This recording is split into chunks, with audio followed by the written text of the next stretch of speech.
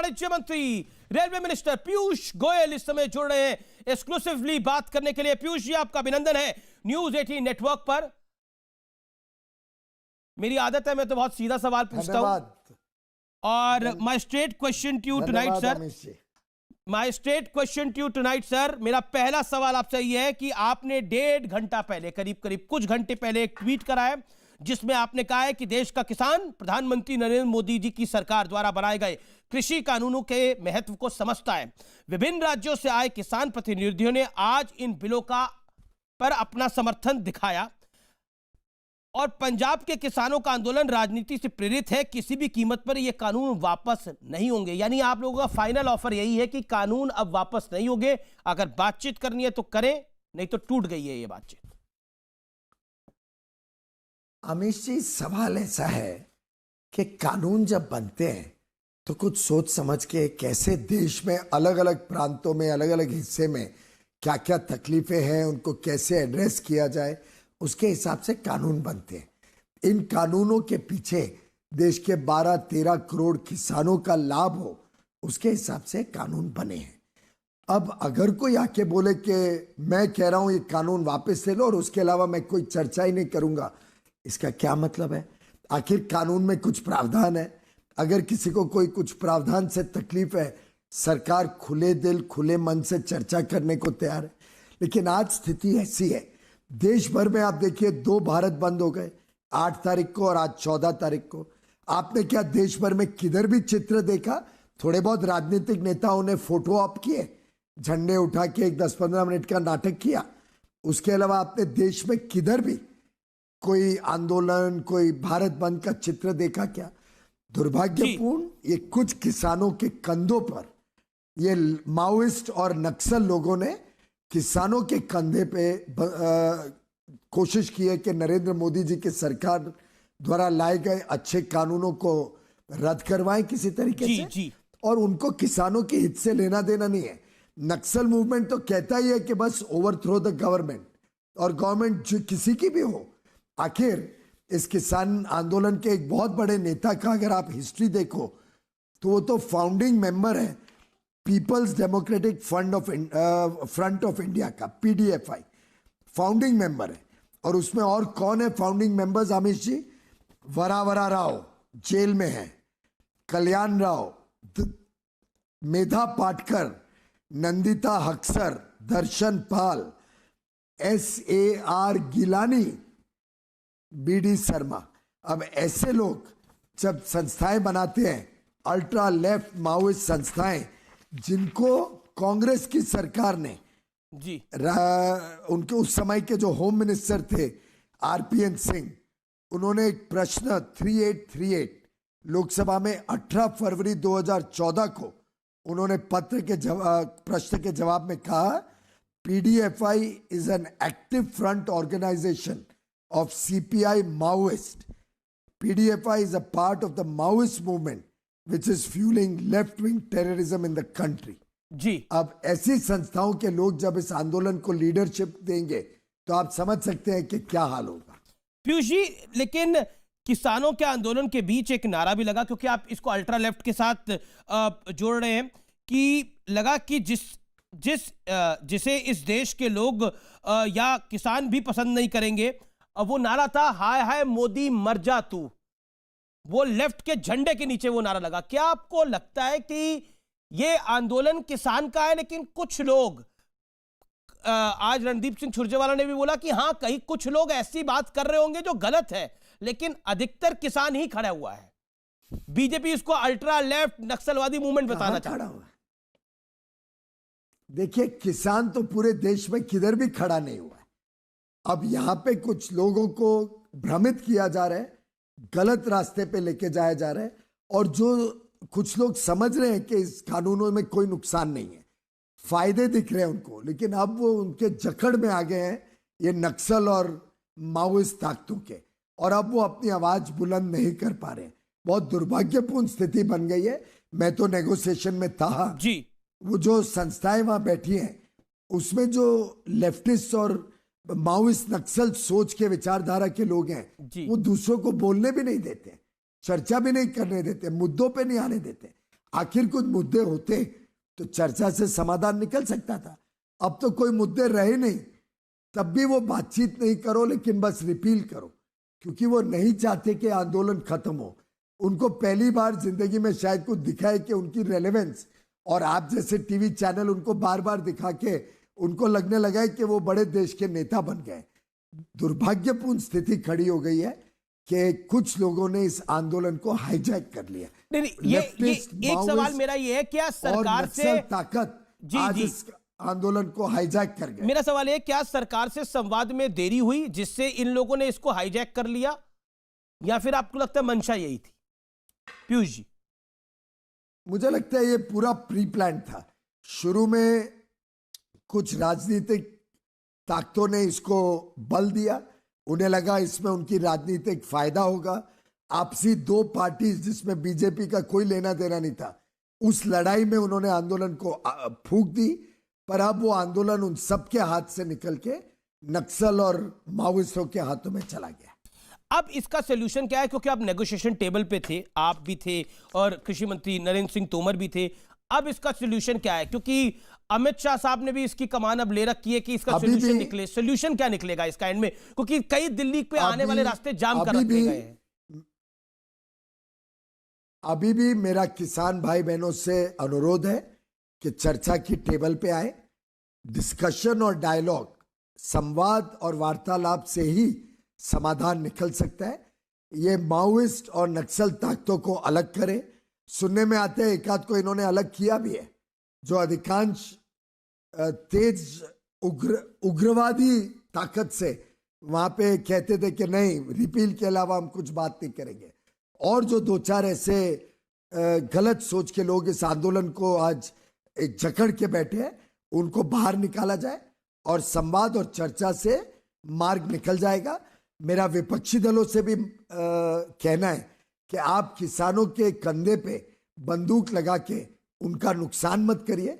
देश भर में किसानों ने इसका स्वागत किया है, कृपया। और आप देख लीजिए ना, ये ऑर्डिनेंस आने के बाद जितने चुनाव हुए लगातार, चाहे वो बिहार हो, चाहे बाई इलेक्शन हो तेलंगाना में, कर्नाटक में, गुजरात में, मध्य प्रदेश में, उत्तर प्रदेश में, दूर दराके के मणिपुर में, हाल में पंचायत चुनाव राजस्थान के, अभी अभी कल आए रिजल्ट आसाम के, आज आए गोवा के पंचायत चुनाव के, हर चुनाव में जनता ने, और पंचायत चुनाव तो सीधा किसानों के साथ जुड़ते हैं, एक जनता ने प्रधानमंत्री मोदी की विश्वसनीयता और उनकी लोकप्रियता को सराहना की है और उनको विजय। लोकतंत्र में चुनाव बड़ा पैमाना होता है, लेकिन कांग्रेस को लग रहा है कि इस किसान आंदोलन से, खासतौर पर राहुल गांधी को लग रहा है कि एक ऑक्सीजन मिल गई है और राहुल गांधी की एज अ प्रेसिडेंट लॉन्चिंग अब हो सकती है, क्योंकि नरेंद्र मोदी की सरकार घिर गई है। राहुल गांधी बार बार कह रहे हैं कि अब नरेंद्र मोदी सरकार के लिए कोई रास्ता नहीं बचा है।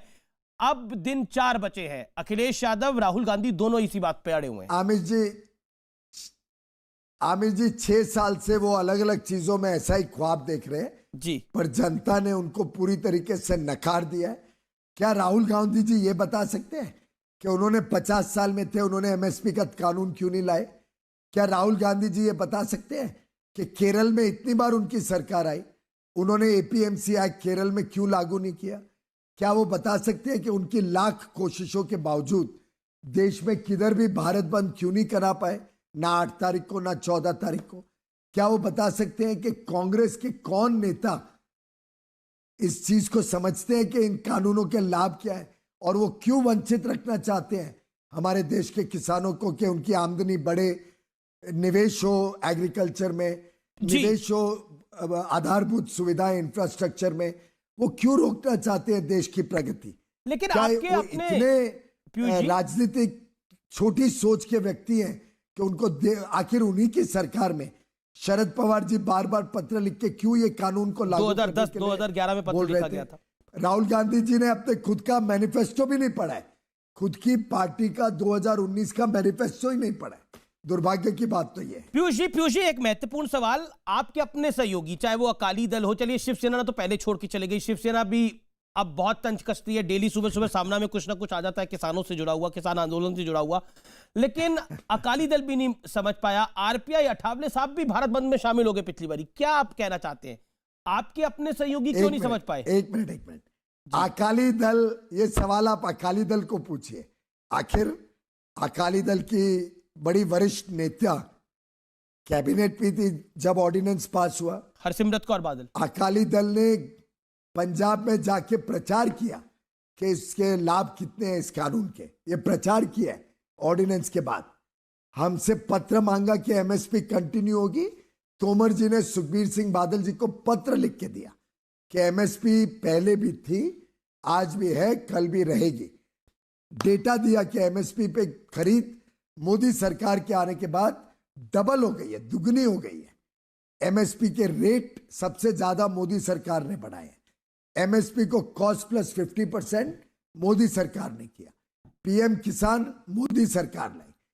कांग्रेस के समय जैसे फर्टिलाइजर ब्लैक मार्केट होता था और किसानों को लाठियां खा खा के खाद के लिए आंदोलन करना पड़ता था, 6 साल में उनको जितना चाहिए उनको खाद मिला, कभी आंदोलन नहीं करना पड़ा।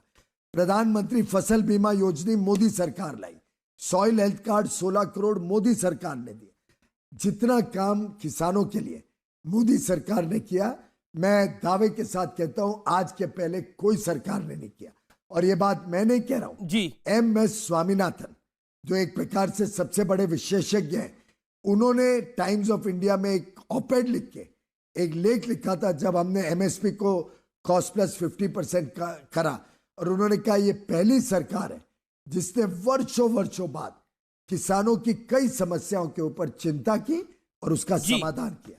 ये स्वामीनाथन जी का लेख टाइम्स ऑफ इंडिया का, चाहिए तो मैं आपको पढ़ के बता सकता हूं। नहीं, मेरा आखिरी सवाल आपसे यही होगा कि महत्वपूर्ण यह है कि अब आपकी राय में यह आंदोलन हाईजैक हो गया है। कांग्रेस कह रही है कि भारतीय जनता पार्टी की सरकार को नेगोशिएशन ही नहीं करना आया। नरेंद्र सिंह तोमर किसान है, उन्होंने तो आप पे भी तंज कसा कि आप भी किसान नहीं है, ना अमित शाह किसान है, इनको समझ भी नहीं आया क्या करना है। अब आपकी सरकार फंस गई है। क्या आपको लगता है कि अब कोई नतीजा निकल सकता है? देखिए, ये केंद्र सरकार है, पूरे देश की सरकार है जी, और पूरे देश के किसानों का हित देखना हमारी जिम्मेदारी है। क्योंकि कांग्रेस कहती है कि हम फंस चुके हैं, उसका ये मतलब नहीं हम फंस चुके हैं। अब कुछ किसान भाई बहन भ्रमित हुए हैं, कुछ किसान भाई बहन को ठीक से आंदोलन में अब हिस्सा नहीं मिल रहा है और गलत ताकतें उस आंदोलन को हाईजैक कर चुकी है, इससे उनकी आवाज बुलंद नहीं हो पा रही है। रही बात किसान की, मैं जरूर स्वीकार करता हूं मैं किसान नहीं हूं, पर तोमर जी हमारे किसान नेता है और इस देश के किसान नेता है। अमित शाह जी 18 साल तक मंडी के अध्यक्ष रहे, वो किसान हैं। अब राहुल गांधी जी बेचारे को कहां मालूम पड़ेगा ये सब चीजें जी। राहुल गांधी जी ने तो फार्म हाउसेज देखे हैं, फार्म लैंड नहीं देखा है। और कांग्रेस के लोग तो आप जानते ही हो, उनके तो मुख्यमंत्री छोटे छोटे किसान खेत में करोड़ों रुपए के सेब बनाया करते थे। राहुल गांधी जी वो सब चीजें भूल गए। राहुल गांधी जी को याद नहीं है कैसे उनका मुख्यमंत्री छोटे से खेत में करोड़ों रुपए के, आपको मालूम है ना क्या मैं बात कर रहा हूं जी, करोड़ों रुपए के एप्पल सेब बनाया करते थे। तो कितना किसानी कांग्रेस के नेता जानते हैं, वो तो पूरा देश देख चुका है। पीयूष जी, पश्चिम बंगाल में आपकी पार्टी के राष्ट्रीय अध्यक्ष जगत प्रकाश नड्डा की गाड़ी पे हमला हुआ, उसके बाद उन बंगाल के 3 अफसरों को पुलिस 3 आईपीएस अफसरों को दिल्ली बुलाया गया, लेकिन ममता बनर्जी ने अब उससे इंकार कर दिया है। क्या आपको लगता है कि बंगाल में जो हिंसा हो रही है, पॉलिटिकल हिंसा हो रही है, वो वाकई बहुत बड़ा सवाल खड़े करती है? क्योंकि इस देश में एक गैंग है जो कहता है लोकतंत्र खतरे में है। बंगाल में तो वाकई लोकतंत्र खतरे में है। पहली आमिश जी, इस देश में पहली बार ऐसा हुआ है कि लोकतांत्रिक व्यवस्था में देश की सबसे बड़ी पार्टी, यहां तक कि विश्व की सबसे बड़ी पार्टी के राष्ट्रीय अध्यक्ष के काफिले के ऊपर जानलेवा हमला हुआ है। पूरी तरीके से पश्चिम बंगाल में कानून व्यवस्था बिखर चुकी है, फेल हो चुकी है। मैं समझता हूं पश्चिम बंगाल की स्थिति बहुत चिंताजनक है। दिन दहाड़े रोज भारतीय जनता पार्टी के नेता और हमारे कार्यकर्ताओं के ऊपर हमले हो रहे हैं, उनको मार दिया जाता है, मृत्यु की जाती है।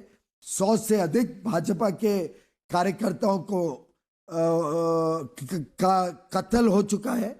मैं समझता हूं पश्चिम बंगाल में जो आज स्थिति है, बहुत ही शर्मनाक स्थिति और complete breakdown of constitutional authority की स्थिति बन गई है। और आगे आने वाले चुनाव में पश्चिम बंगाल की जनता इसका मुंह तोड़ जवाब ममता बनर्जी ये चाहती है, और जो लोग बंगाल को पॉलिटिकली रीड कर पा रहे हैं वो ममता बनर्जी ये चाहती है कि वहां पे प्रेसिडेंट रूल लगा दे भारतीय जनता पार्टी, जिससे सहानुभूति उनको मिले और जो पॉलिटिकली उनके लिए इस समय सिचुएशन खराब है वो बेटर हो पाए। देखिए, उनकी पॉलिटिकल सिचुएशन तो आप रोज देखते हैं, उनके खुद के नेता एक के बाद एक उनको छोड़ के जा रहे हैं। उनकी असलियत सामने जितनी ज्यादा खुल रही है, जनता में उनके प्रति पूरी तरीके से एक प्रकार से विफल सरकार की भावना हो गई है और एक ऐसी सरकार जिसने दहशत कर रखी है पूरे पश्चिम बंगाल में। तो आगे आने वाले चुनाव में पश्चिम बंगाल की सरकार इसका मुंह तो जनता इस सरकार को पूरी तरीके से फेल करेगी और इस सरकार को बाहर निकालेगी। भारतीय जनता पार्टी की सरकार अब पश्चिम बंगाल में आने जा रही है। बहुत बहुत शुक्रिया पीयूष गोयल जी, हमसे एक्सक्लूसिवली बात करने के लिए न्यूज 18 नेटवर्क से। Thank you so much, pleasure having you sir. तो ये थे पीयूष गोयल, केंद्रीय वाणिज्य और रेलवे मंत्री। बहुत स्पष्ट शब्दों में उन्होंने किसानों के लिए कहा कि किसान भाइयों बहनों से हम अभी भी बात करने को तैयार हैं, लेकिन जिन लोगों ने आंदोलन को हाईजैक करा वो बाहर नहीं निकलने चाहिए। नमस्कार, अगला शो पत्थर की लकीर।